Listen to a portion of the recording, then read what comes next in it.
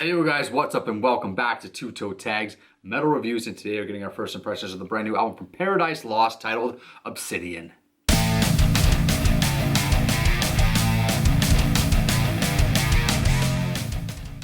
Alright, so Paradise Lost releasing a new album. These guys have been around for quite a long time, established in the late 80s.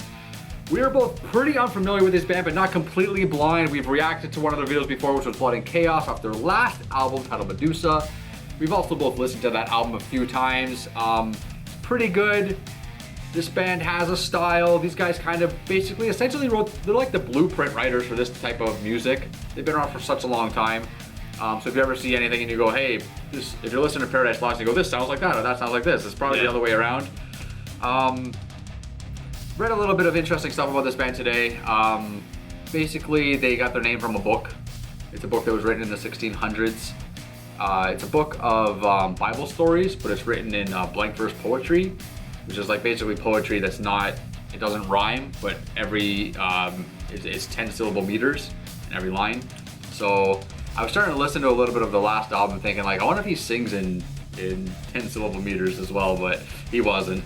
So I bet super meta. I bet you they do have songs. Well, rhythmically it'd probably be very monotonous and boring, but maybe do like a song or two like that. A song or two, yeah, that's what I'm saying. So I'm gonna try listening to this and see if I can catch something like that. I don't know if I'll be able to do it on a first listen, but either way, I don't know if we've listened to anything off this new album yet. No, I feel like they have released some singles, but we never checked them out. Yeah, I think I remember seeing them in my recommended, but we never clicked on it, so. We never got the chance to react to anything if there were any videos either. Yeah, but anyways, we're gonna listen to it for the first time in its entirety, and we'll be back in a minute, second, 2 seconds about, to give you guys our first impressions, so stay put.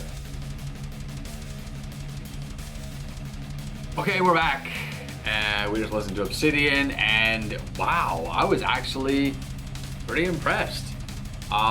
We've covered doom metal, doom/gothic metal on this channel a few times, and unfortunately for us, the albums we've chosen, I guess, have always been bits, I guess what you call them, duds, I guess. Yeah, right? We've kind of had a bad track record when it comes to that genre. We just keep getting albums that are just not so great for us. Yeah, but outside of the channel, we listen to some doom gothic metal and stuff that we do actually enjoy, and we're just waiting for one of those gems to come up on this channel that we can actually praise, and I think this is finally it. You know, I think this band in general is like perfect for really getting into that genre, because I felt for a long time I've really struggled with doom metal. Like it's so hard for me to just really latch on. Yeah. And you know, I listened to a little bit of Woodsy Ypres, kind of like that, a little bit, but nothing that I really latched onto. But this band and this album, I think is the link that I need, because I think this album was solid.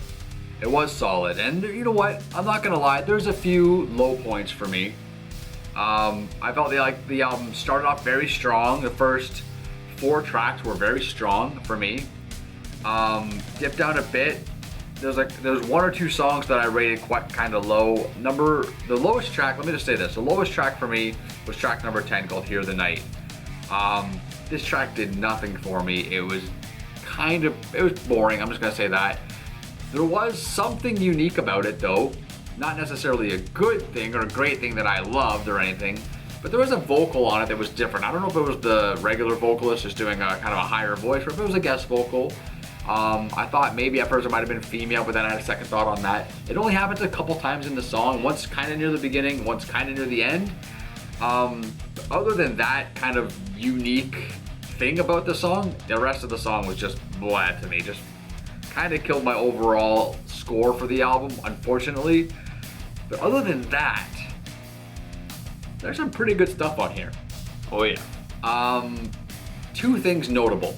And I'll just say these 2 things, then you can go on and elaborate if you choose. Number 1, the drumming. Okay? Awesome.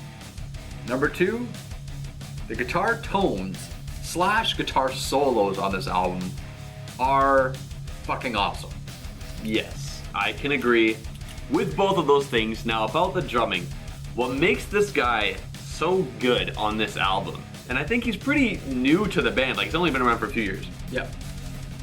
Every song has something different. It has a different groove. He's doing different fills. Yeah. A lot of drummers have their own style, and they'll, you know, sprinkle in the same kind of collection of fills that are in their pocket.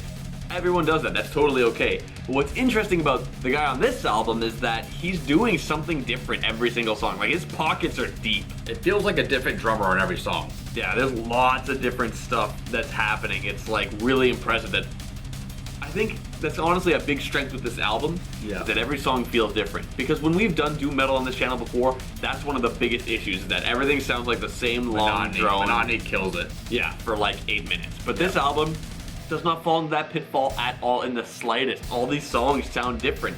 And for me, my favorites were track number 2, Fall from Grace, and track number 8, Hope Dies Young.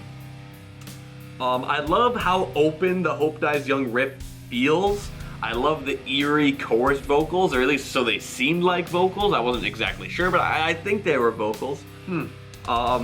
It feels really strong, and I can feel so many emotions going through this song, and honestly through this whole album.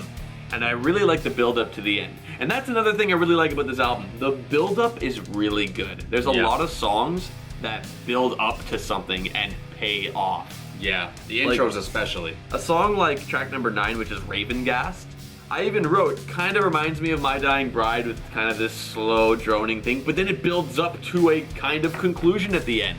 Yeah. Which is something My Dying Bride wouldn't do. At least on the recent album, The Ghost of Orion, which we did review, and we weren't huge fans of it. So I feel like this band did a great job at really conveying a musical story, like throughout just the music on its own, you know.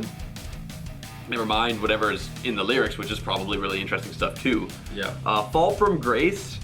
I really like the movement with the bass notes. I like how it's kind of zigzagging back and forth, like up and down. I thought that was really cool. And that was probably the first amazing solo of many amazing solos on this album. Like, there's so much going into them. It's not like one specific style, because there's a little bit of noodling here. There's a little bit of just really open, you know, like plucks or whatever, open strumming. It's just lots of different stuff happening, and I really like that. And I think, honestly, one of the biggest strengths of this album is just variety.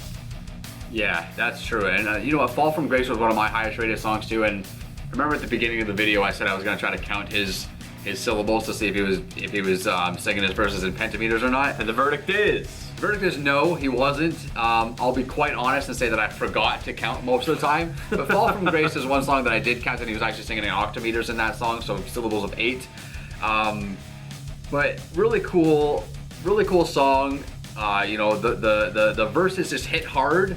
The song hit hard. These songs hit hard when they need to hit hard, and they don't, and they just take you for a ride when you need to go for a ride. There's such a good range of just peaks and valleys and just smooth coasting to like hard hitting and just songs with weight to them. You know, when a lot of people say heavy song, oh, the song's so heavy, they think fast, they think aggressive. That's not what this is. This is heavy, as in the songs just have just weight is all you can, how you can explain it is just they got this weight to them. It feels heavy, but the groove really gets in you, you know, and that's so impressive with this album. And the riffing is also impressive, because even though it's got this brooding nature to it, it's still very driving. And like we mentioned about the guitar tones, they're always just very, very appealing to the ear. There's always something interesting, like something that catches your ear and you say, wow, that's a cool guitar tone. And you're kind of writing that note over and over. And that's what kept happening to me. So many songs I write, oh, nice guitar tone, nice guitar effects. It's like always standing out. Yeah, I'm gonna say I think the guitars and the drums really made this album as tolerable as it is on a first impression. But with all albums, this has to stand the test of time, because we're gonna listen to this album as much as we possibly can through the entire week. So hopefully we don't get bored of these drums, we don't get bored of these guitars, they don't start sounding repetitive or whatever you want to say, because we're gonna run it through the ringer like we always do, and we'll be back in a week to give you guys a full and final review of Obsidian. That's it for this video, guys, so make sure to like this video if you liked it, subscribe if you guys are new to the channel, check out our Spotify playlist linked in the description below. I'm Vile Self. I'm TV Fish. And we'll see you guys next week with a full review